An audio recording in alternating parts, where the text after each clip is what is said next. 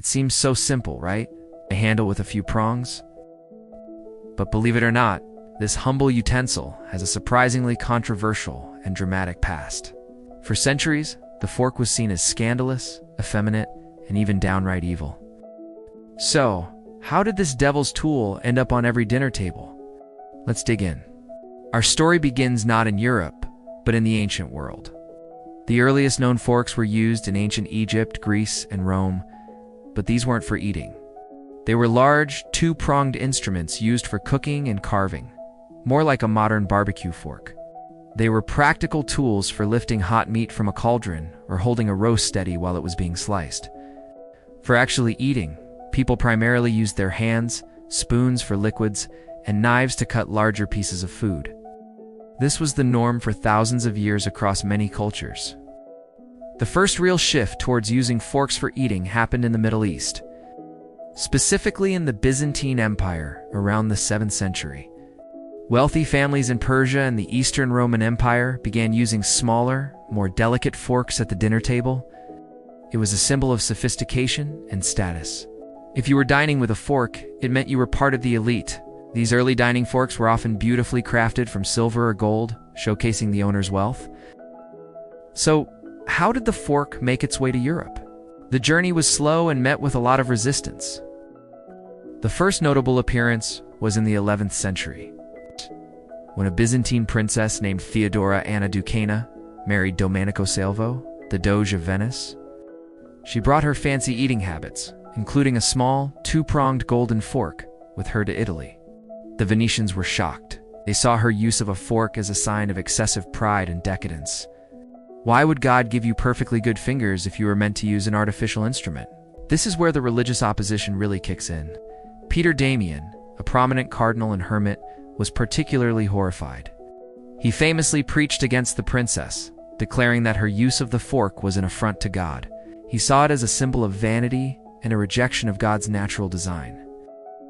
When the princess later died from a plague, he claimed it was divine punishment for her sinful, fork-wielding ways. He wrote, "God in his wisdom has provided man with natural forks as fingers.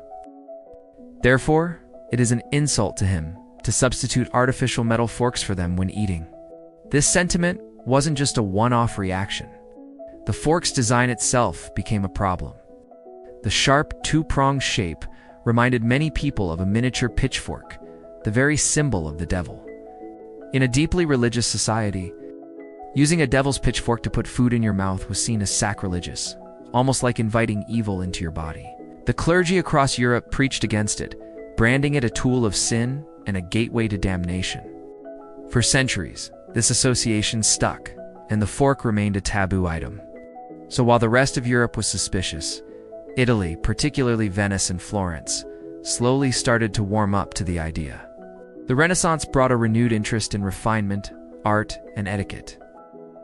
Wealthy Italian merchants, who traveled and traded with the Byzantine and Arab worlds, began to adopt the fork as a status symbol. They wanted to distinguish themselves from the common folk who ate with their hands. By the 14th century, it was becoming more common, at least among the Italian upper class, to see forks at a banquet table, but even then, they were personal items. You'd bring your own fork to a dinner party, often in a fancy case called a cadenas. The rest of Europe, however, took much longer to convince. When the fork reached France, it was met with similar disdain. In the 16th century, Catherine de' Medici, an Italian noblewoman, married King Henry II of France. She brought her Italian chefs, her love for fine dining, and, of course, her forks to the French court. The French courtiers were not impressed. They mocked the Italians for being too delicate and effeminate, needing a special tool just to eat. Using a fork was seen as unmanly. A real man wasn't afraid to get his hands dirty, even at the dinner table. The resistance in England was just as strong, if not stronger. In the early 17th century, an English traveler named Thomas Coryat visited Italy and was fascinated by the custom of using forks. He brought one back to England and tried to popularize it. He was ridiculed for his troubles. People called him Furcifer, which literally meant fork bearer, but was also a Latin pun for scoundrel or gallows bird. The English saw it as an unnecessary and pretentious Italian affectation. They were proud of their manly table manners. So what changed? How did the fork finally win over the world? A few key things happened. First, the design evolved. The original two-pronged fork wasn't very practical for scooping up things like peas. In the late 17th and early 18th centuries, French artisans developed the four-pronged fork with a slight curve, which is the design we're familiar with today.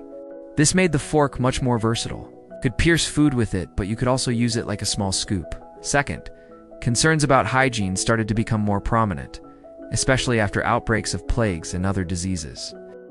The idea of everyone dipping their unwashed hands into a shared platter of food started to seem less and less appealing. The fork offered a more sanitary way to eat. It was seen as cleaner and more civilized. Third, social influence and the desire for status played a huge role. As royalty in the highest echelons of society, like the court of King Louis XIV in France, began to adopt the fork, it became fashionable. Everyone wanted to emulate the rich and powerful. The fork transitioned from being a symbol of evil to a symbol of high social standing and good manners. If you wanted to be seen as sophisticated, you had to learn how to use a fork properly. By the 18th and 19th centuries, the Industrial Revolution made mass production possible. Forks were no longer expensive, custom-made items of gold and silver. They could be cheaply produced from steel and other materials, making them accessible to the middle and working classes for the first time. The fork had finally completed its journey from a despised tool of the devil to an everyday necessity. Isn't that wild? The next time you sit down for a meal and pick up your fork, take a moment to appreciate its incredible history. It fought a long battle against religious condemnation, social ridicule, and cultural resistance to earn its place at the table. It's a testament to how much our customs, beliefs, and even our ideas of good and evil can change over time. What do you think? Were you surprised to learn about the fork's satanic reputation? Let me know in the comments below. I'd love to hear your thoughts. Thanks so much for watching, and if you enjoyed this little trip through history, don't forget to like, subscribe, and hit that notification bell so you don't miss our next video. See you next time.